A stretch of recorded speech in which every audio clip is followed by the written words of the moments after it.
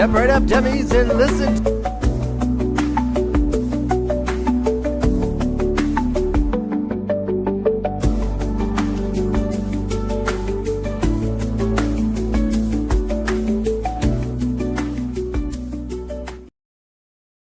To the stupidest sports show on earth with Rodney Newpol and Tim Van Stratton.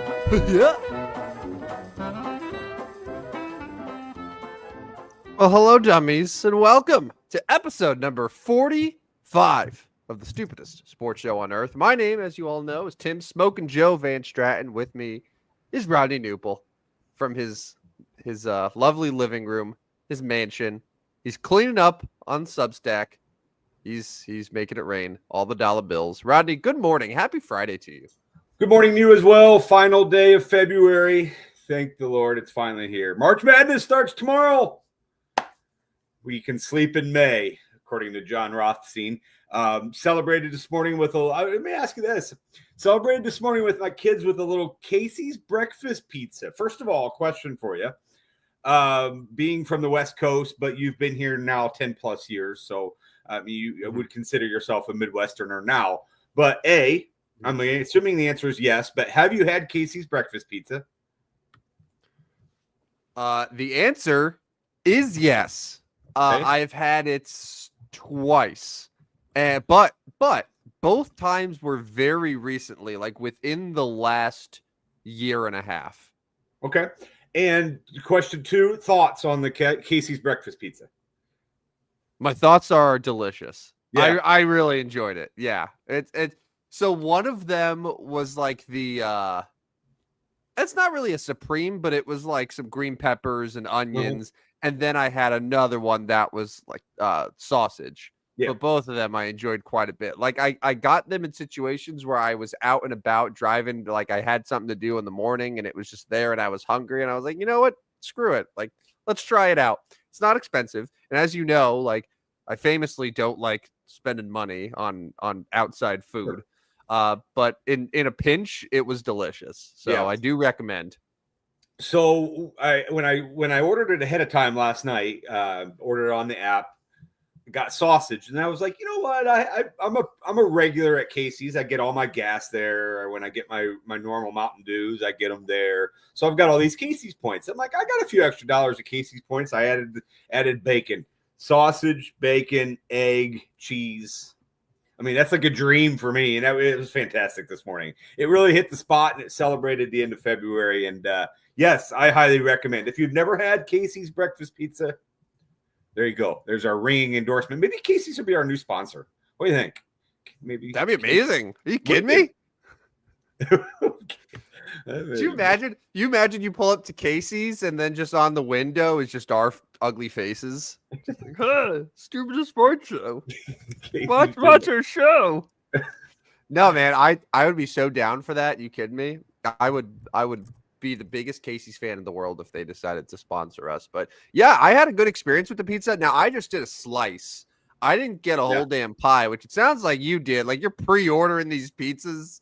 Like you are going all out for these pizzas. Yeah, well, I ordered it last night on the app. You can pick it up at whatever time. And, you know, my kids and I eat breakfast at almost the same time every morning. And, you know, and a lot of times it's, you guys just go pick up whatever you want. You know, they're 13, 11, and 8 now. They can get it themselves. But I was like, you know what? I think we'll just have a Casey's pizza. So set the time, you know, put it in. And I love that. Like if you put it for 6:30, it'll be ready at 6:30 on your app. You pay ahead of time. You walk right in, you pick it up, you walk right out. Anyways, no, it was a great pizza, and it's a good day to finish a month. That's for sure. So, anyways, plenty of sports going on. Tomorrow's the first day of March. A whole bunch of college basketball tomorrow. NBA's in full force. Your Lakers picked up a win last night. Sounded like that was an interesting game. Steph Curry went off. Go ahead. Yeah. Oh, well, yeah. Well, to your second point, yeah, Steph Curry, it's every now and then he'll do that. Not surprised. Good for Steph. The Warriors are having a real great push right now to get out of the play-in round. But I digress. Are you actually, so this is getting a little off topic here. Are you looking at the Warriors as a team that can make a run in the playoffs? Or are you like, yeah, I'd take many teams over them? I mean, this is obvious, but Jimmy Butler makes a huge difference. I mean, he does. I know we hated him. Yeah. I know we bashed him, but now you have a second dude late in games. Steph Curry kind of needed that because like Draymond's not that guy. Clay wasn't really that guy the last couple years, and then of course they moved on from him. So like they're dangerous. My problem is I just don't know what the hell to think of the West. And we've discussed the West and the NBA a lot on this show, and I've went back and forth. I've listened to others that go back and forth. You know, I know you don't like old J Mac there from the Colin Cowherd show, but he loves the Lakers. He says the Lakers are the team to beat in the West. You know, you've got Oklahoma City, who is the best record, who will be the best record. But like, I don't know so much. So to answer your question, I just don't know what to think about the West. I would not be surprised if the Warriors went and upset a team or two in the playoffs. Do I think they can win 3 series? Probably not. Yeah, I think saying that they're the best in the West might be a little bit rash. Now, I would be very curious to see if this was the full, like, if it was Luka Doncic for an entire season as opposed to having the last few games. Yeah. How did the Lakers look in the Western Conference? Like, chances are they are a comfortable 2 seed. Like, if this is them right now, and then it's a totally different conversation. But there are chemistry issues. Like Rui Hachimura left the game with an injury yesterday, and if Rui, who in their crunch time has been their small ball 5. Remember, they don't have a center, like not a real one, right? So Right. they go small, and Rui is sort of taking on that role. If he is injured and it's a significant thing for them, I mean, that is going to be a massive, massive loss for the Lakers.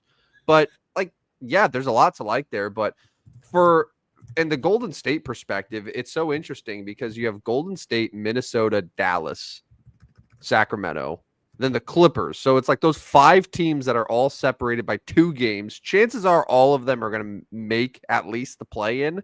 Right. But what the order is going to be, I got no idea. Yeah. There's so many variables there. Yeah. Speaking of order, one thing in the NBA I wanted to do today is we've had some polls on our Stupidest Sports Show. You can follow us on Twitter at Stupid Sports Show, no W on the end. Let's get to one of them real quick. It kind of fits right into what we're talking about here. And I'll address this one to you. All right. Eastern Conference, moving from the west to the east here. And by the way, and we've both been high on the Denver. I'm flipping back and forth. We've both been high on the Denver Nuggets. Denver got beat last night by an Eastern team, which helps your Lakers in the potential seeding. It puts Denver just 1 game ahead of the Lakers. But anyways, we go back to the East. The first question on the poll, and right now, 100% of the voters have agreed to this one. I'm not so sure. The question is, who will get the final 10th seed in the East of the NBA? Right now, let's set the scene for you. Right now, it's the Chicago Bulls at 10. They are 23-36. That deserves a potential playoff game. The Brooklyn Nets sit a game and a half back. Philadelphia is 2.5 back, and we all know what a joke Philadelphia has been. And then you've got Toronto, who was horrendous and still is horrendous at 18-41, 5 games back. So the question on the poll was, who will get the final seed? And 100% of our voters have gone the Bulls. Are you going Bulls? I think I'm going Nets. Oh, this is a disgusting topic to debate on a Friday morning show. Like, all of these teams are just terrible. They're terrible. And even if you want to lump in the Hawks, who have a comfortable 4-game lead on the Bulls, like the Hawks are 27-32. They also suck. Like, all these teams are so the Nets are in this and the Raptors are in this. Both of those teams are actively trying to not make the playoffs. They want to be in the Cooper Flag lottery discussion. They don't want to be in a play-in game with a chance to make the playoffs. Like, the Sixers and the Bulls are the only 2 that realistically want to actually like fight for a chance to get in the play-in round. So I'll say the Bulls, because I think the Nets can just like tank their own chances, whereas the Bulls, and as they've expressed multiple times, they really want to have an opportunity to make this play-in tournament. So it's not a question of who's the best team. It's a question to me of who wants it more. And the Bulls want it the most, more than any other team should ever want to be the 10 seed in the Eastern Conference, despite being 13 games under 500. Yeah. It's disgusting. And especially when you compare it to the West, where the Kings are the 10 seed and they're 30-28. Yeah. Exactly. Yeah. And the balance there is, and I'm not saying it's not fair because it's the same rules. We knew what the rules were, but the justice of the East to the West is quite different. You're going to get a team like Phoenix, who I know has really struggled, and they're 5 games under 500, but they're on the outside looking in. Whereas if they went over to the East at 27-32, they'd be comfortably tied with the Hawks and 4 games ahead of the Bulls. So yeah, big difference there. So I know you mentioned the Hawks at 27-32 sucking, but really Atlanta's only a game behind the Magic and Heat. So I mean, yeah, that's some bad basketball from Orlando, Miami, Atlanta, Chicago. yeah. The Nets. That's some bad basketball. Yeah, and Orlando is a team that was in the top 4 in the East not too long ago, but I can't tell you the last time that they had Jalen Suggs, Paolo Banchero, Wendell Carter all on the court together. Like Franz Wagner. Like they have a lot of good players, but those players being available, like when Banchero was out for all those weeks, he came back and the Jalen Suggs went out. And those are the two hugely important players. So I'll give them a pass. Miami, I'm also going to give a pass just because of the whole Jimmy Butler drama, and it just totally nuked their season. But I don't think that talent-wise they're going to match up with any of the top teams in the East. They just don't have that star anymore. But Atlanta, same thing. Jalen Johnson got hurt. He's out for the year. They've had some injury issues as well. None of those teams inspire me, and I really don't care who ends up as the 7 seed. It's like they're all going to be in that play-in tournament, right? And they're the all order. It's not going to matter. Like Detroit right now has won 8 in a row. They're pulling away from everyone. Yeah, and they're going to be somebody's going to be a 7 seed, somebody's going to be an 8 seed, and they're both going to get rolled by Cleveland and Boston. Just absolutely steamrolled. So, all right, we're spending too much time on that. Let's move to the second question here. Oh, yes, and you said it. Shout out Detroit Pistons. Winners of 8 in a row and only a game out of 4th in the East. They ass whooped the Celtics the other night. Yes.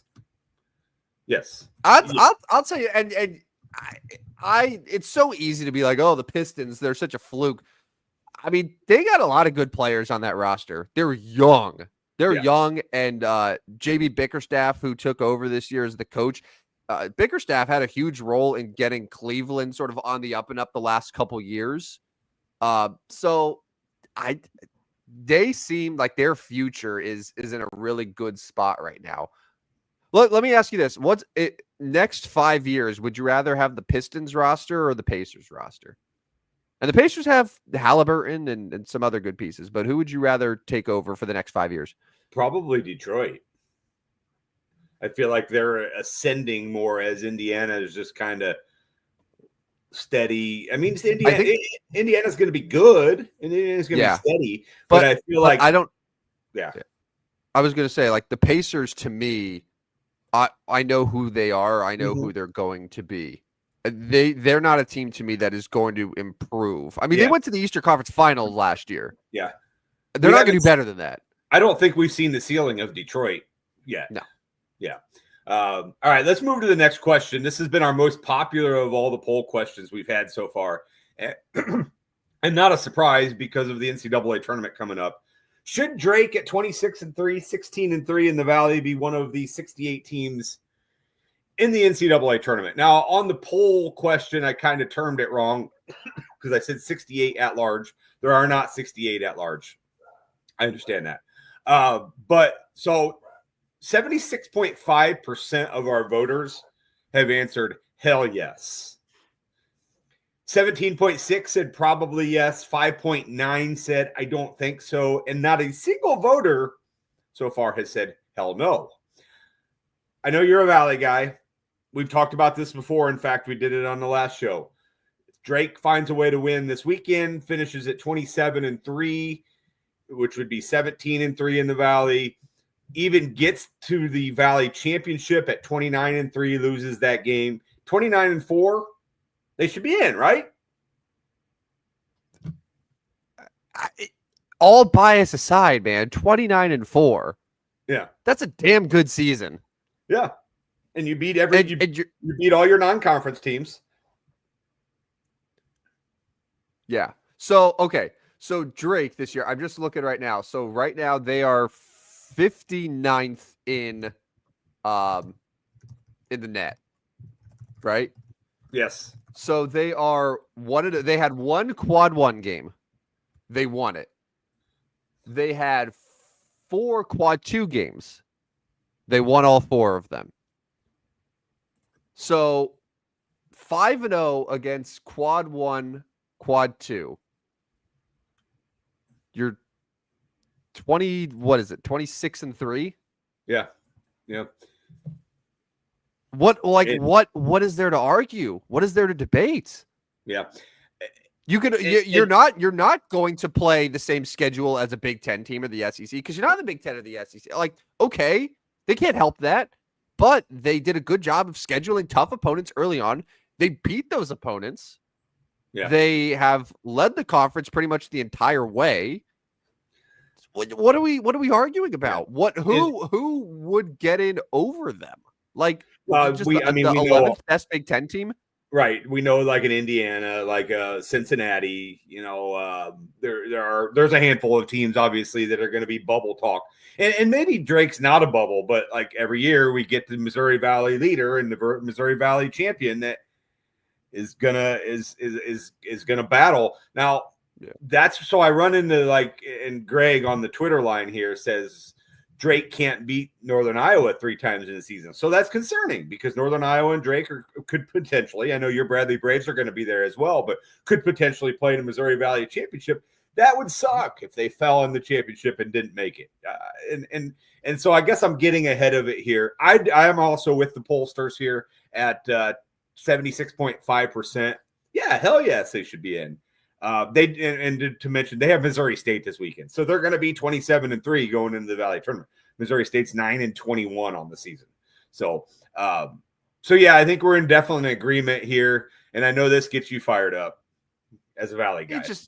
It's dumb, and I would feel this way about any mid-major team that had the type of season and the resume that Drake has, and to have to be stressed out over the results of one game on a neutral court in a conference championship weekend where we see time and time again a lot of crazy stuff can happen, and that shouldn't outweigh your previous 30 games when those previous 30 games were impressive. And you mentioned like Cincinnati. Okay, Cincinnati's higher in the net, makes sense. They're at 47 right now. They're a Big 12 team, but like they're 1-9 in quad 1 games.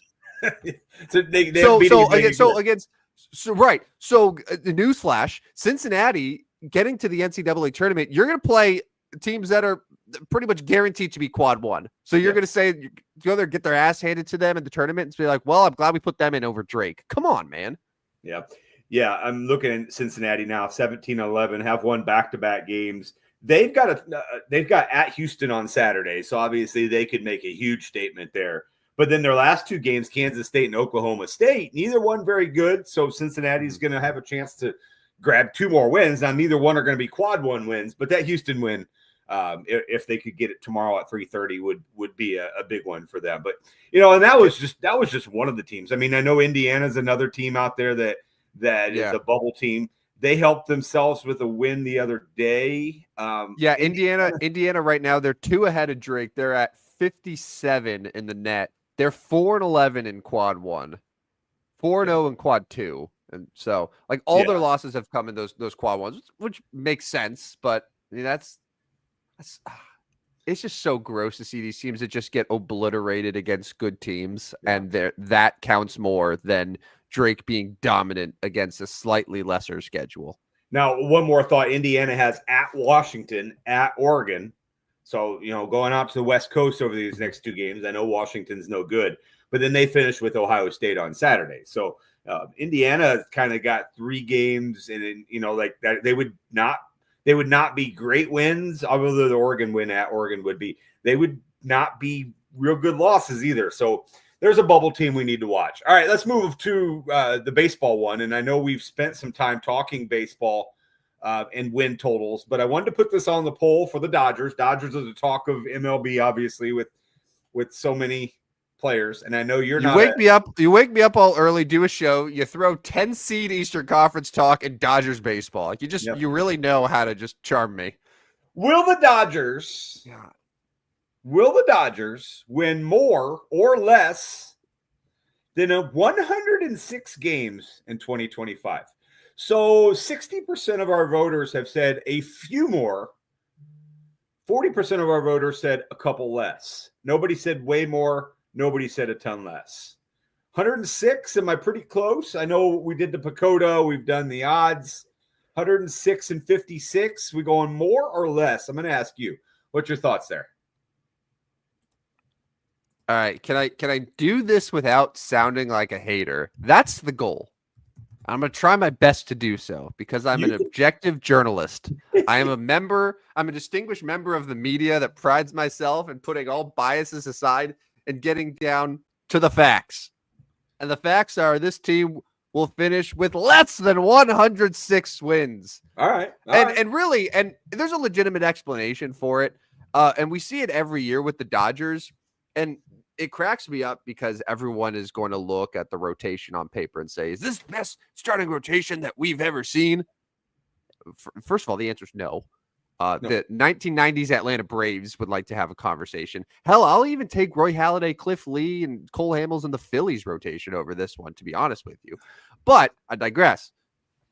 When have we seen the Dodgers starting pitchers fully healthy? Have a complete season where the projected starters are all able to go out there and give you 30 plus starts? No issues. The answer is never. Yeah. The answer is never. Never. Yamamoto missed time last year. Blake Snell is someone who I wouldn't necessarily has a huge injury risk, but like he does not go deep into games. 5 innings. He's a 5-inning, 6-inning guy. He doesn't pitch into the 7th inning. That's just right. Rookie Suzuki's going to be a rookie. I'm not expecting 200 plus innings out of him, to put it lightly.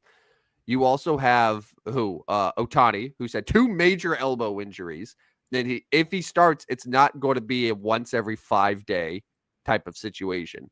So you have all these great talented arms, but all of them have these question marks. And when a couple of them get hurt, it's going to test their depth. We saw it happen last year. And that is going to make some differences for them. And also, if you look at the offense, the offense on paper, again, looks really good. But I don't expect Ohtani to have another 50-50 season, especially if he is going to be pitching as well, because that is like having the additional burden of pitching and all that is going to affect what he does hitting-wise. He might be stealing less if he has to worry about pitching every 6th day. So it's all of these little things. Plus, they're going to move Mookie Betts again to the infield full time. They're going to win the division. They're going to be very good. 100 wins, but 106 is a lot. And a lot of things have to go right, as always, in order for that to happen. So I'll put them at 103, 104. Yeah, a couple. So less. not a ton less. I'm not saying that this team's going to win 92 games, but just the starting pitching questions again, because I don't think that the rotation as it's constructed is going to be able to last a full season to get them to that mark.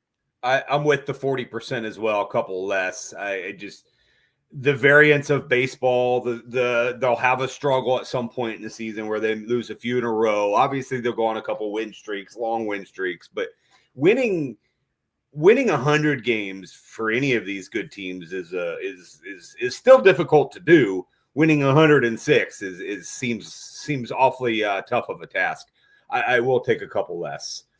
A lot of wins. That's a lot of wins. Yeah, there's just a lot of things that you still got to have the back end of your bullpen be strong. And obviously, unless you're slugging 10 runs a game, which they might and they will at times. I just think baseball's too variant. There's too much variance. There's too much. You never know. Somebody beats them 2 out of 3 a couple times that you didn't quite expect, and here we are at 103 and 59, and there's our answer. A couple less. I think we're both right around the same track. We're looking 100 to 105, probably about their level. Which isn't us hating. That's saying that a No. team is still going to win 100 games, but 106 is a lot. Really, That's yeah. a lot. Yeah. Fourth question, and this is so yeah, we're going way back and forth here. Fourth question here, because there is a Palm Beach has a cognizant shoe open. I don't know, it's something like that. Nailed it. Somebody shot a 59 yesterday, by the way. Yeah, Jake Knapp. Jake Knapp, yeah. But my question is, Jake Knapp was he's a Orange County, California guy. He was actually sponsored by the Anaheim Ducks and had the Ducks logo on his polo the last couple seasons. So that's my guy. So basically, he lives on this course that he's playing on. I mean, right? Pebble Beach. That's not very far away, right? PGA National Members Club. Yeah, where is it? Well, Palm Beach Gardens, Florida. So, no, they're yes, in Florida. I was away. thinking Palm Desert. Yeah. I was thinking it was Palm Desert. Yeah, good call. Palm Beach, Florida. Oh, yeah. So they're in the Florida portion of it. But they just left Pebble Beach. Okay, so that makes sense. All right, moving on. So the question I had, though, is do you watch the PGA Tour outside the major tournaments? We have 50%. You know you don't. 25% says not much. 25% says no, never. Nobody says yeah, a lot. I mean, and not that it matters because these guys are obviously getting paid. The majors are doing well, but do we have too many tournaments in the PGA Tour? Are there too many tournaments playing every weekend? Go ahead. Do we have too many tournaments? Like, are you saying is the season too long? Yes. Yeah, and I think that they have shortened it up a little bit because remember they used to finish up the season in September with the FedEx Cup Championship, and then a week or two later it would just be tournaments. They're going to be like, wait a minute, why are we playing golf? I'll say this: I don't acknowledge golf until probably. I would say the first tournament that I really start to lock in on is Waste Management in Phoenix. That's Super Bowl week, just because I love that tournament and just the stadium and all that. So, and that's early February. Yeah. So, to answer your question, I do watch the PGA Tour outside of the major tournaments. I don't watch every week. I kind of pick and choose because there are tournaments that some of those featured events that have a great field that are at a distinguishable course, and I'll watch and I'll enjoy it. I'm not going to watch all 4 days like I would the Masters and just revolve my schedule around it and obsess over it. But yeah, I'll watch. I'll throw it on a little bit in the background, and then on Sunday, if I see that the leaderboard is competitive, yeah, I'll throw it on. I've done that a couple Sundays already this season. But again, it depends. It depends on it really depends on the field. I've said that I actively root for the big names to win these golf tournaments. I do not like seeing no-name guys, underdogs come out of nowhere and win. I want to see Jordan Spieth win a tournament. I want to see like I don't know, just name him Rory McIlroy. I want to see those guys win. So if they're in it, I'll be more interested in it.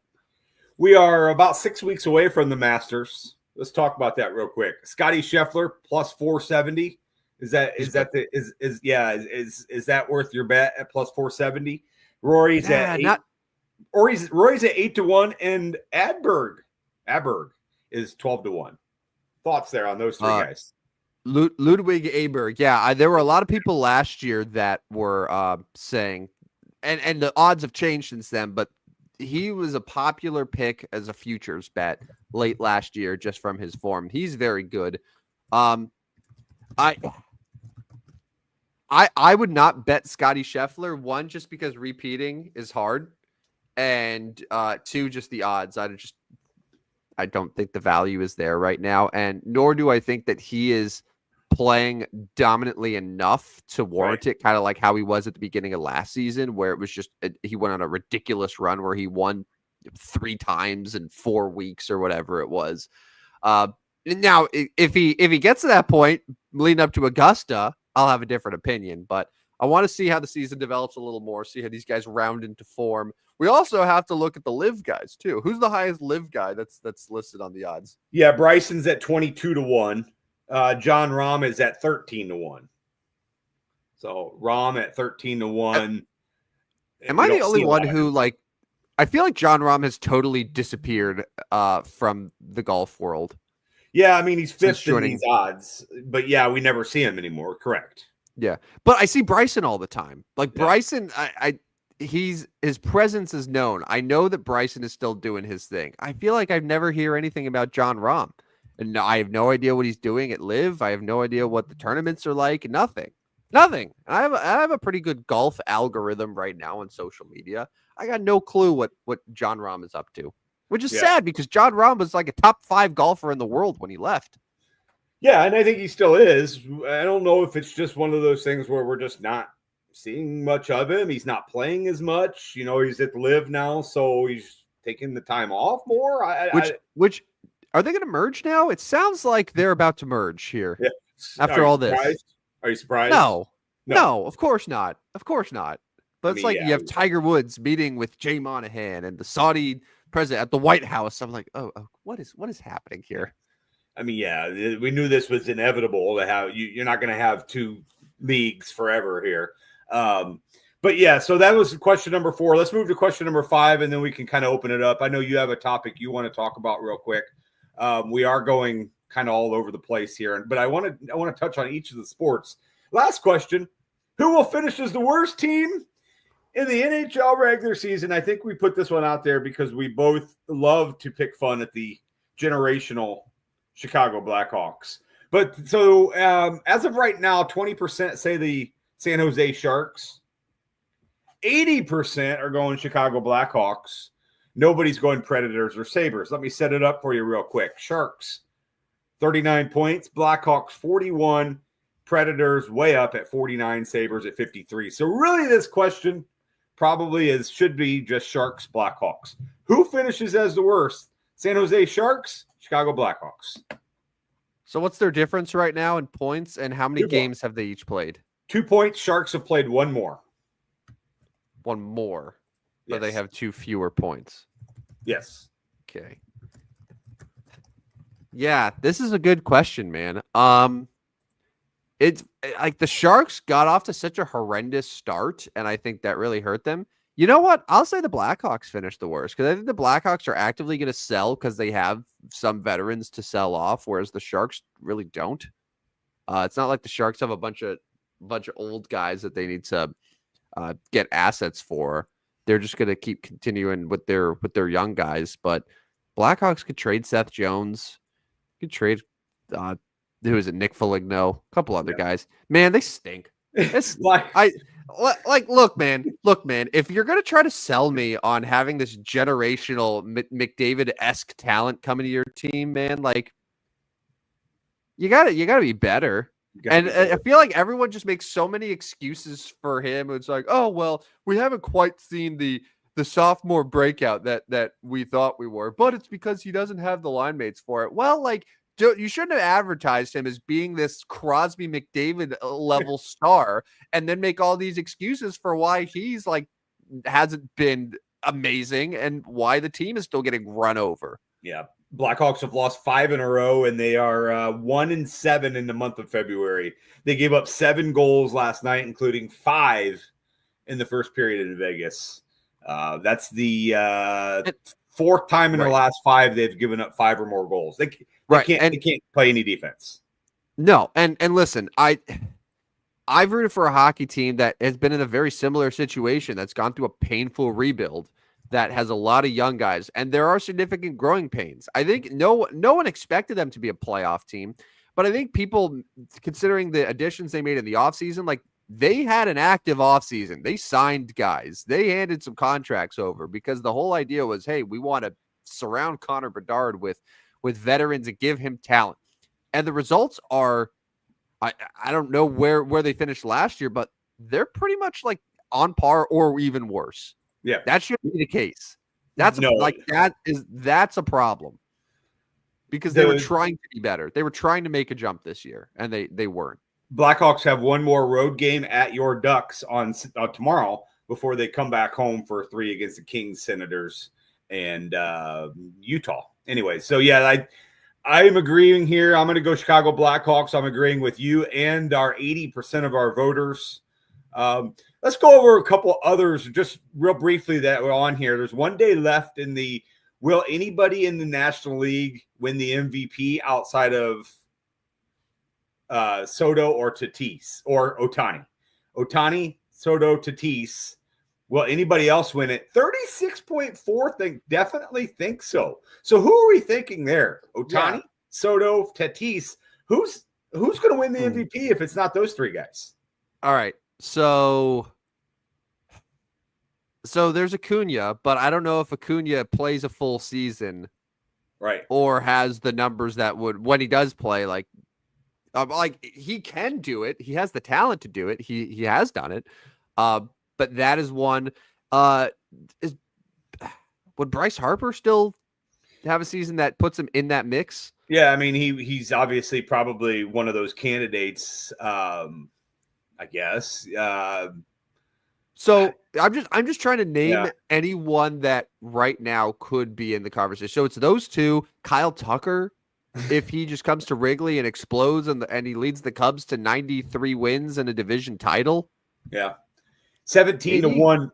Kyle Tucker 17-1, by the way, to win the National League MVP. So if you are one of those Cub lovers that blindly bets, there you go. Kyle Tucker's your guy at 17-1. So yeah, I mean, I guess there are some names: Harper, Acuna, Tucker, some names there that you can see happening. But for me, it's hard pressed to not see one of those big three, like Ohtani, Soto, Tatis. Like those three guys are to me head and shoulders above. So I thought that was interesting because 36.4 said definitely think so. 18.2 said hell no. So basically saying it'll be one of those three guys. So who's the favorite right now? Is it Ohtani? I would assume it's Ohtani. Yeah, it's Ohtani, Soto, Tatis in that order. I believe Tucker's fifth. I don't even know if Harper's in that top five. I think Acuna. I don't think he would be. Yeah. Can I throw something else at you without sounding like a total hater? Again, I'm going to try. Yeah. Did Ohtani deserve to win the MVP last year after having a 50-50 season? Yes. Yeah. But also, can we acknowledge that the Dodgers, if they didn't have Shohei Ohtani, would be totally fine? Yeah. Still win the West comfortably. Do they win the World Series? That's a good chance. Well, that's the thing too. There was a World Series where Shohei Ohtani did nothing for them. Nothing. He was probably their least relevant hitter that series because of the injury. Yeah. And everybody will argue his presence in the lineup, and there is some merit to that. But like, but I don't like that. But that's the thing with value to me, and we lose sight of that a little bit. And it's what we were talking about on Tuesday with Jokic in the NBA. If Nikola Jokic is removed from the Denver Nuggets, that team is in the like Portland, Charlotte range and is talking about Cooper Flag. If Shohei Ohtani hurts his elbow today in spring training and he's going to require season-ending surgery and he's done, the Dodgers will win 97 games. Yeah. They'll be okay. So like we have to keep that in mind a little bit when it comes to value, which is why I think Kyle Tucker, honestly, and I don't like saying this, Kyle Tucker is a good value. Yeah. A good value if he takes a Cubs team that has been 82, 83 wins, and he gets them up to 90 plus, has a great season. He's a great player in a contract season, so there's going to be that incentive for him. 17-1. Throw $10 like that's a good value to me. Yeah. All right, so I wanted to get to your topic now because you say who's going to win the NBA Finals. Okay, so you woke up this morning. So let's kind of set the scene here. You woke up this morning. Was it something like you're like, hey, it's over. The NBA Finals is over. I know who's going to win the NBA Finals. How did this occur? I mean, take us through this real quick.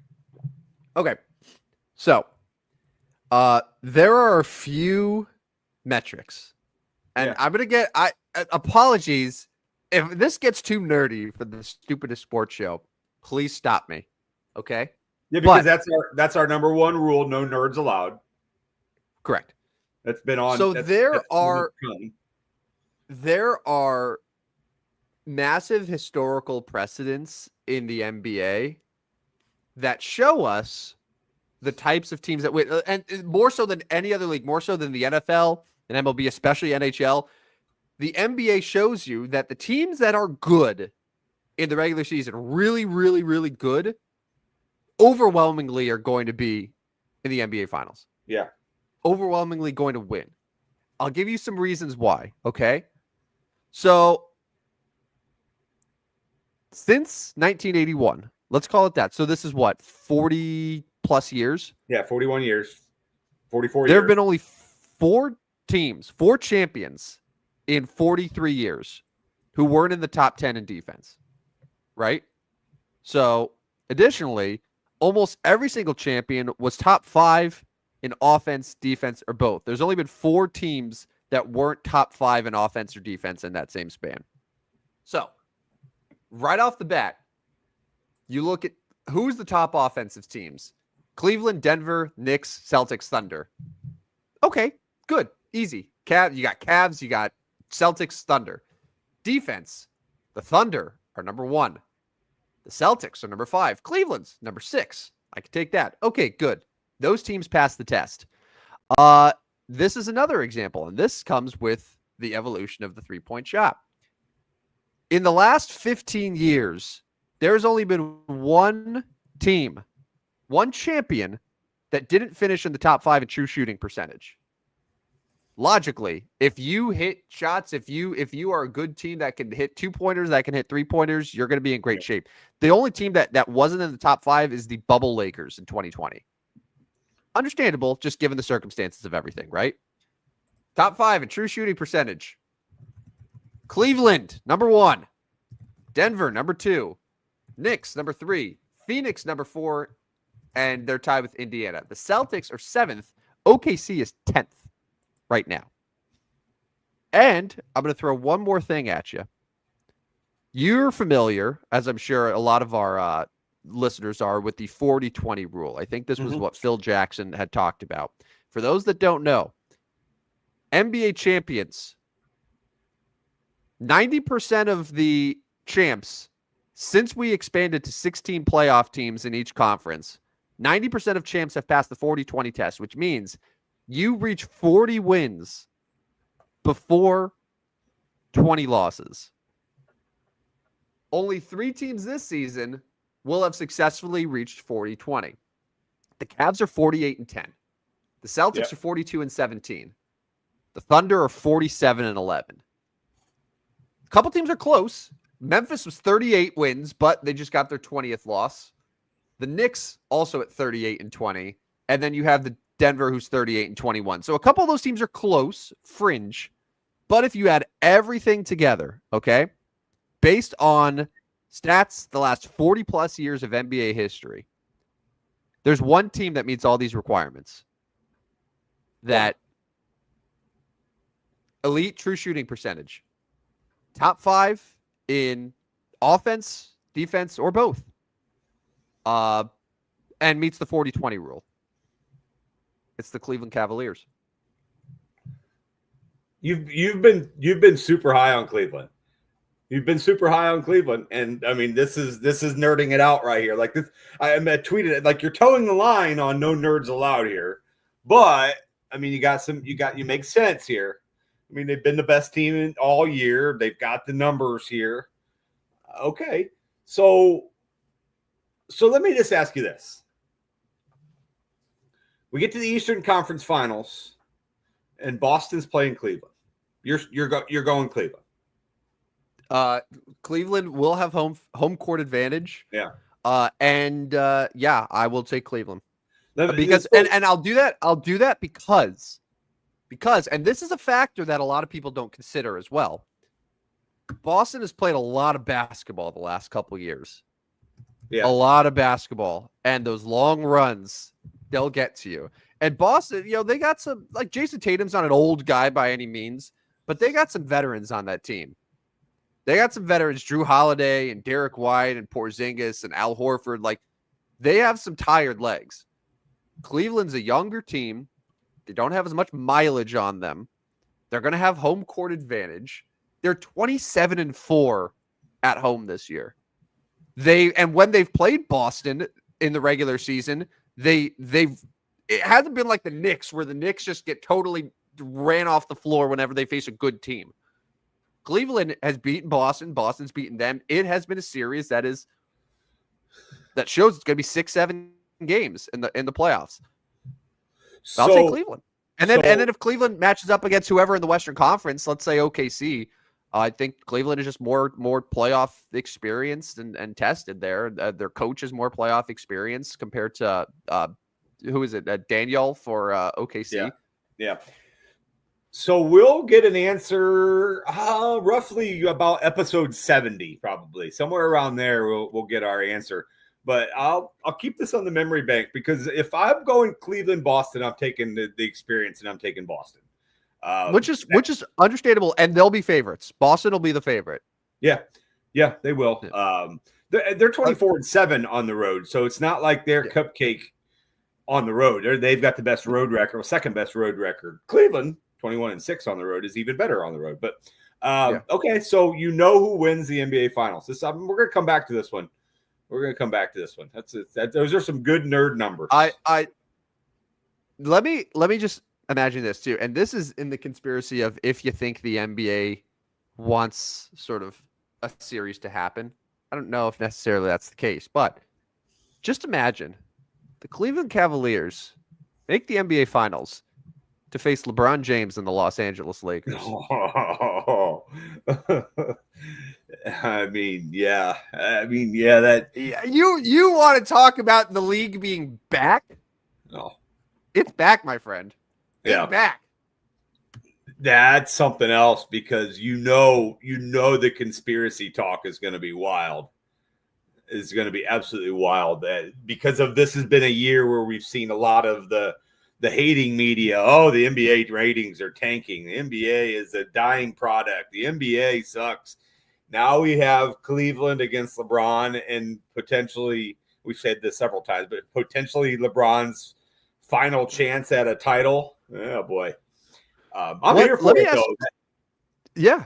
Oh, it believe me, it would be epic.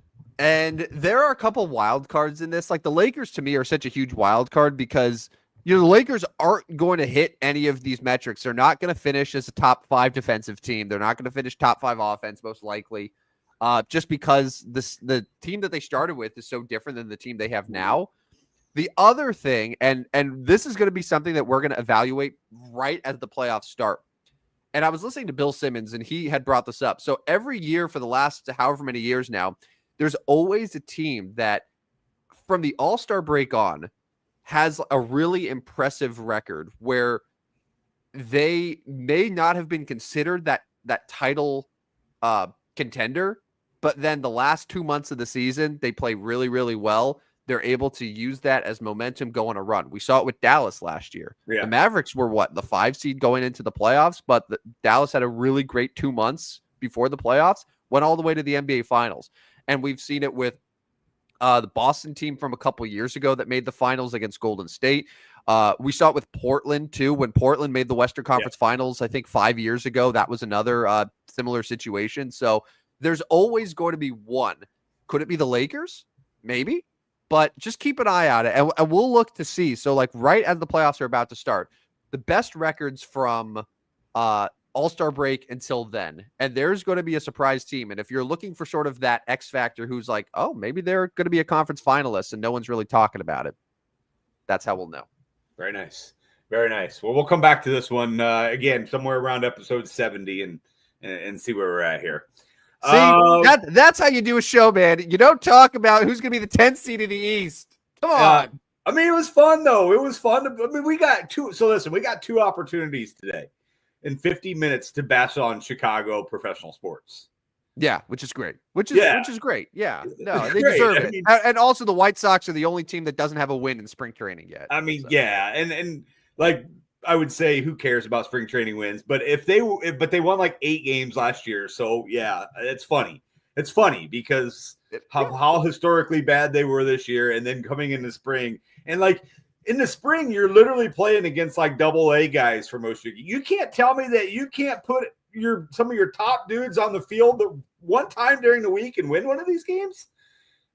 Yeah. Chicago White Sox. And they're getting Terrible. crushed too. Like it's not like, Yeah. oh, they lost 2-1. Like they gave up like 13 runs the other day. Nolan Arenado hit his first home run of the spring yesterday. I saw a graphic that said Nolan Arenado, his year-over-year bat speed has improved more than any other hitter in spring training. He's swinging the bat harder than ever before. Is it Yeah, I mean, is it you know what, I'm going to do everything I can to help my Cardinals win, or is it please someone take interest in me? I want to leave here. yeah. I love that you drafted in our league because I kind of wanted him. I know you And did. kind of was like, well, and I had opportunities and passed up. I just was like, I can't quite do this. But I love that he's going to have a lot of motivation because I feel like the last year or two, maybe he's needed that. Like he's just kind of been blasé for the most part. And you know my love for Nolan Arenado. I mean, how many days in a row did I tweet about Nolan Arenado being the St. Louis Cardinal? And he still is a St. Louis Cardinal. But I need him to be and make Nolan Arenado great again. Maybe we'll see. But he did hit his first home run, and he went from Jupiter, Florida to Tampa, Florida just to play the Yankees. Got to see his old buddy Paul Goldschmidt the other day. Maybe he's motivated. Anyways, let's wrap it up with the best 45s in sports, shall we? Well, hold on, just real quick. It doesn't have to be a whole thing. Yeah. I know you're famously against hair, like just hair on the face. Like you're not a beard guy, you're not a hair guy. But like, so what were your thoughts on this Yankee facial hair rule? We didn't talk about that because that happened last Friday when you were in Mexico. Are you pro? Do you wish that they kept the beard rule, or are you glad that they got rid of it? Like I looked at Paul Goldschmidt, his shaven face, and I was like, he's someone that needs something there. No, the rule should have been eliminated about 50 years ago. Right? Like when it started. Let's just come with the times. Like I don't want all the hair on me, but I don't care if they have the hair. Like I think it's the silliest thing that the Yankees were banning them from doing this for the longest time. Like really? Like, I mean, we talk about all these inequalities, and I know this isn't the same as some of the major inequalities of our life these days, but like, really, Yankees? Like, who are we to say what kind of facial hair you can have? Yeah, I would have gotten rid of this 50 years ago. And again, not a hair guy. But yeah, Paul Goldschmidt is a guy that could probably use some facial hair. Anthony Rizzo probably. And I don't is Rizzo currently on the active roster? He's not. He's a free agent right now. Yeah, and I know he's mulling retirement. Yeah, he's a free agent. Yeah. Yeah. I mean, and maybe he's the type that like comes in like June or July and helps the team out, but like his days are numbered. But anyways, yeah, get rid of the rule. Good work, Yankees. Finally, in 2025, it should have been eliminated in the 70s. I kind of miss the rule, if I'm being honest with you. It was stupid, but it was like they're stupid. Like it was charming. I don't know. But honestly, I tell you the reason that it happened. It's because they looked at Devin Williams' pouty face when he was forced to shave, and they met with him, and he was like, "Oh yeah, this actually does matter to me. It matters to other players." And like it sounds stupid, but there are players who are like, "I don't want to go to a team that makes me shave my face." When there's 29 other teams that are like, "Yeah, we don't give a shit." So it hurts them in free agency. It does. Like Vlad Guerrero Jr. now suddenly is like, oh, okay. Yeah. I'm open to the Bronx. That's it. Yeah, that's all it comes down to. But what we've said this, people have said this for years. Like, guys, like, what are we doing here? I did see that rule was in place there when I was coming back from Mexico, but I wholeheartedly agree it was time. All right, let's do our 45s in sports. Another one so we had 44. We put together a Mount Rushmore. 3 of the 4 names were baseball. Yep. I'm looking at 45s right now, and there's a chance that we might have the same thing happen again. Well, at least two, or two baseball for sure. Do you know who I'm talking about? I do. One of them's Bob Gibson. Bob Gibson would be 45. My top choice of a 45. Bob Gibson, tremendous, and of course, a St. Louis Cardinal. And the other would be Pedro Martinez at 45. So those two we can put right on the list. Let me just say right now, Michael Jordan's 22 games wearing number 45 is not going to qualify him for this one. What? You want him to It's qualify? great. Well, listen. In terms of that player being known for 45, I agree. He's famously known for 23. That said, his 45 is probably the highest selling 45 jersey in all of sports. More than Pedro Martinez, more than Bob Gibson, more than anyone else, just from those 20-something games that he had in, 1995? But have we put any, and I guess we're talking a whole nother level here with Michael Jordan, but have we put has anybody else been on two Mount Rushmores though? I bet LeBron would be if we did 6 and 23. Right. You're right. And Kobe would be for 8 and 24. Yeah, we didn't do 8. So all right. But LeBron and Kobe each spent multiple years in other jersey numbers. Yeah. And won championships. LeBron has championships in both numbers. Kobe has championships in both numbers. Michael had 20-something games in 45 and got bounced in the second round. Yeah. Other opportunities. Rudy Tomjanovich was 45. Pretty good player and a decent head coach. I can give you a good NBA one here, an active guy, which we don't have a lot of active guys on these lists. How about Donovan Mitchell? Yeah, real good player. Continue and kind of one of those under talked about players, obviously leading his, Cavaliers, who are the favorites to win the NBA finals. Apparently, Sean Bradley was also number 45. He was really, for me, Sean Bradley was like one of the first, like, whoa, you are way too tall type players, right? Like that can't be healthy. Yeah. I mean, we had like the Minute Bowl, and then we've continued like the Taco Fall recently and things like that. But like, like you're too tall. Sean Bradley was a 45, and so not a great basketball player, but was in the league. No, but he had a career. He had a career. He was around.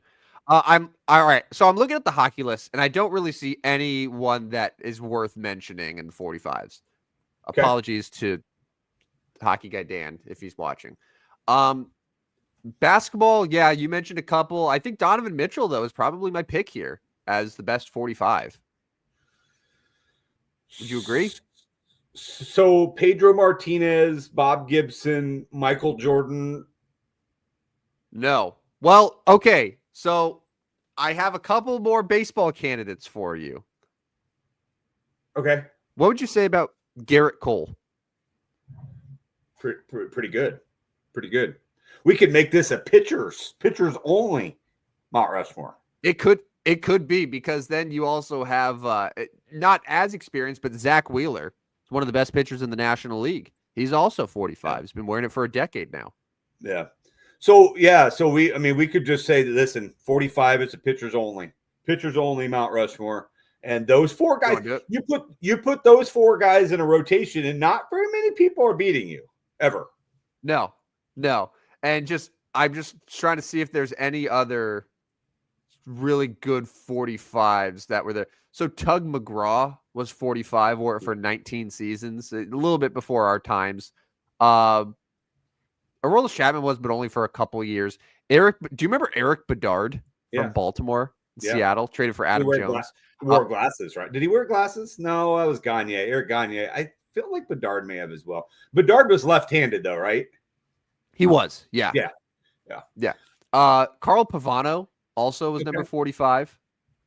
Yeah, this is 45. I think you're right on, man. I'm declaring it. This is a pitchers only Mount Rushmore. Mm-hmm. And we're going to do Bob Gibson, Pedro Martinez, Garrett Cole, Zach Wheeler.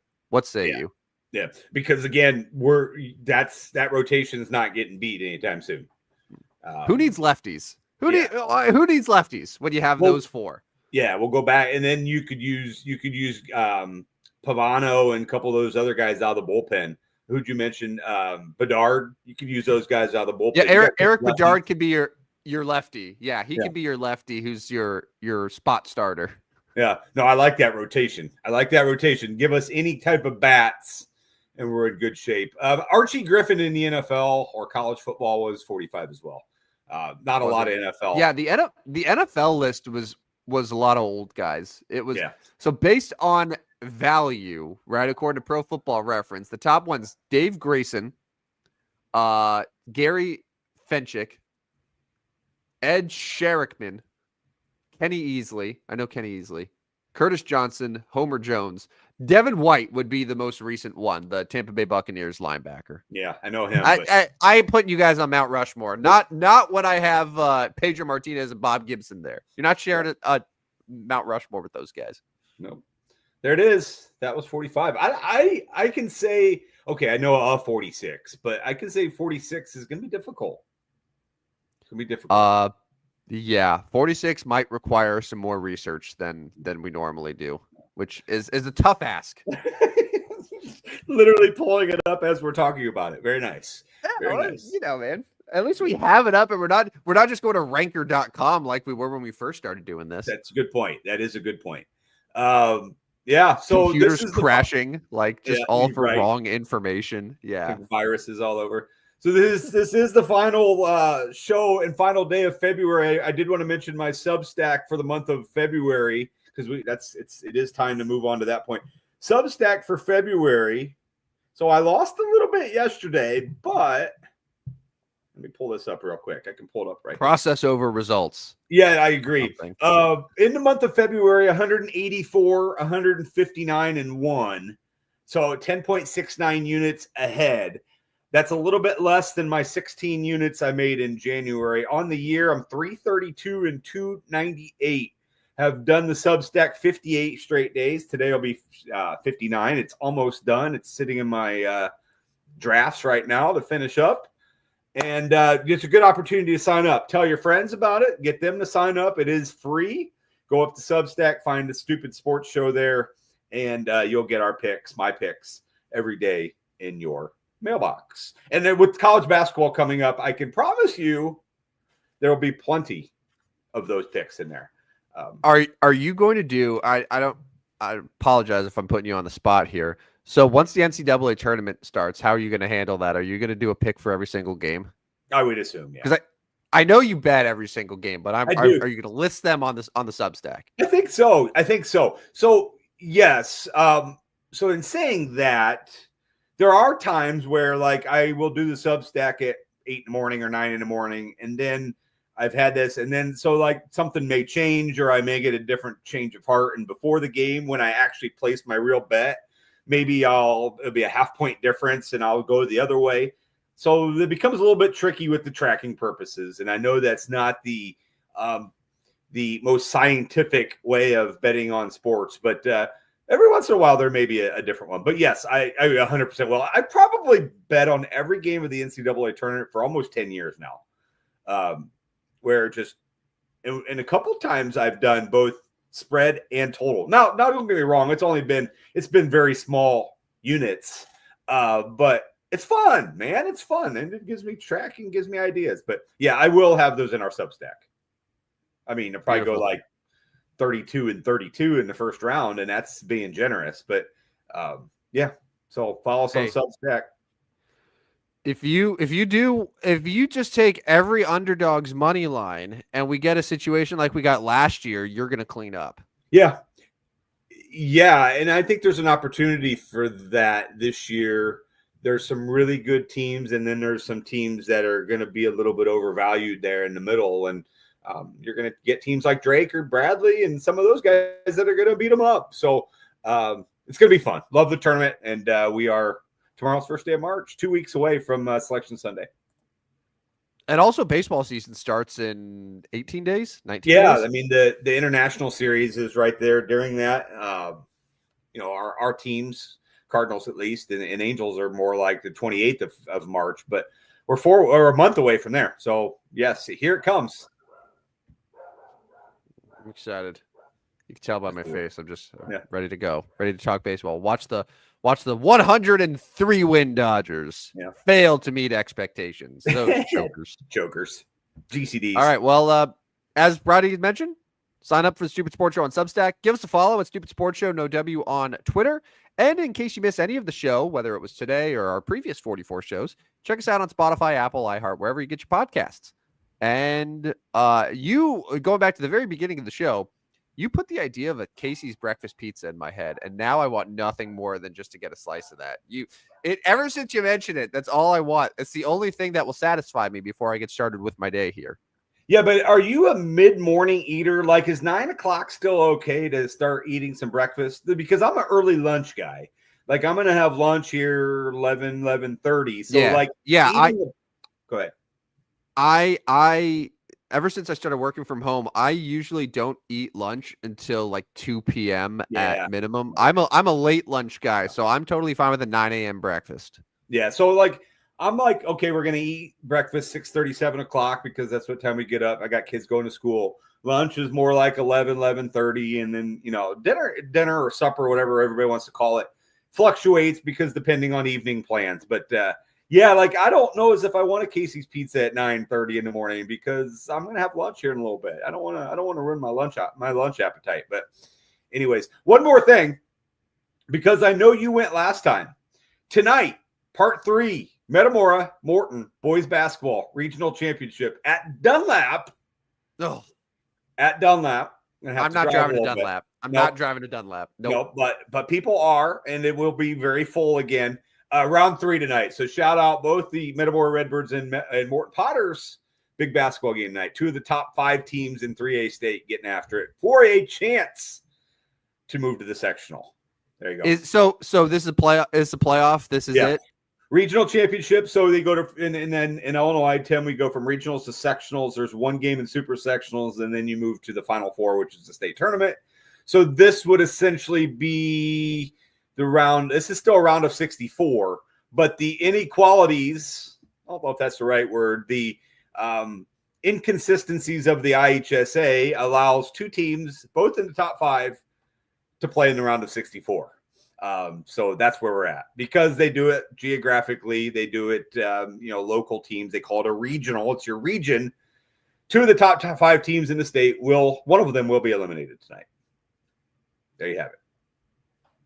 I don't like nobody that. Said, but I also like it. Yeah. Yes. And it's for me, like it's what I've been accustomed to for 42 years. It's ours. It's our tournament. But yeah, like it sucks that, one of the top teams in the state is going to get eliminated tonight. Metamora, who recently has won a state championship, both teams have 27 plus wins. So going to be wild. I'll be there tonight. I'll keep you updated. Yes. Provide a live stream. That would be helpful. Yeah. But here's the good news too. Whoever comes out of this night alive wins. Chances are you're going to be feeling pretty good about yourself moving forward because you just took out maybe the toughest opponent that you're going to see all the way up until the Final Four. It's state championships. And the next round next week is in Washington, not very far away. So either winner drive to Washington. Tonight, Morton or Metamora won't have a very far drive over to Washington. So good luck to both teams, and I'll see everybody there. Good luck. Find Rodney. Get his autograph. Get a picture with him. He's very receptive. He loves when fans come up to him. Just make sure that he's watching the game before you interrupt him to get your photo opportunities and what have you. But for Rodney, this is Tim Smoke and Joe Van Stratton. Thanks to everyone, all 265 of you who got up early Friday morning to hang out with us for the Stupidest Sports Show on Earth. So we have our show Tuesday nights, so we'll have a lot to get to. Lots of college basketball talk, I'm sure, in a few days. But until then, have a great weekend. We'll talk to you then. Thanks for hanging out, everyone. See ya. Yeah.